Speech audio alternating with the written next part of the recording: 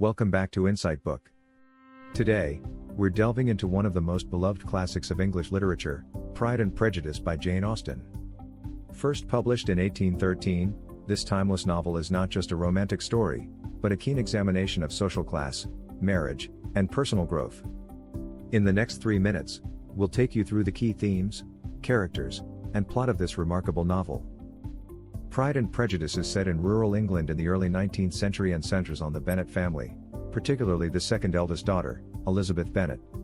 With 5 daughters, the Bennet family faces pressure to secure advantageous marriages to ensure their social and financial future, as the family estate can only be inherited by a male heir. The novel opens with one of the most famous lines in English literature: "It is a truth universally acknowledged, that a single man in possession of a good fortune must be in want of a wife." This sets the tone for the social expectations around marriage in the novel, especially for women of Elizabeth Bennet's social class. Enter Mr. Bingley, a wealthy, charming young man who moves into the nearby Netherfield Park. His arrival brings excitement to the Bennet family, especially when he takes an immediate liking to the eldest Bennet daughter, Jane. However, his aloof and proud friend, Mr. Darcy, catches the attention of Elizabeth, but for entirely different reasons.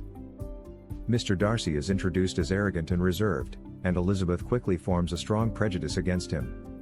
Her initial judgment is only confirmed when she hears of his role in discouraging Mr. Bingley from pursuing Jane. This sets the stage for the central conflict between Elizabeth's prejudice and Darcy's pride. As the novel progresses, Darcy proposes to Elizabeth in a famously awkward and ill-received proposal. Despite his wealth and status, Elizabeth rejects him, citing his arrogance and his role in separating her sister from Mr. Bingley. Darcy is shocked but begins to reflect on his actions.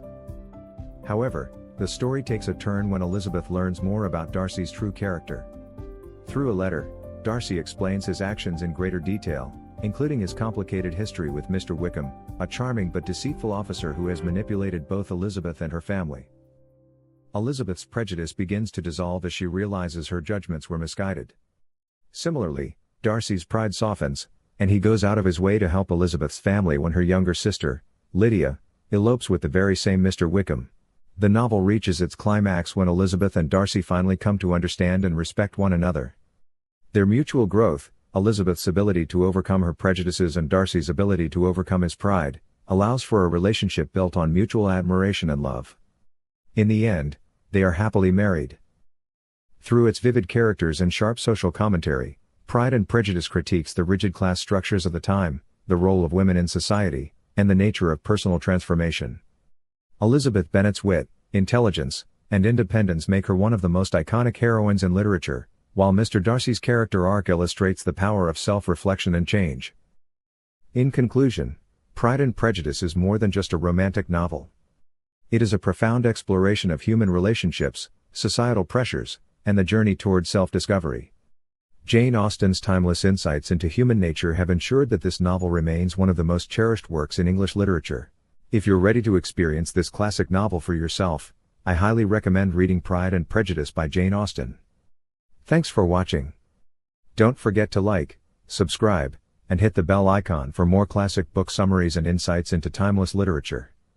See you in the next video.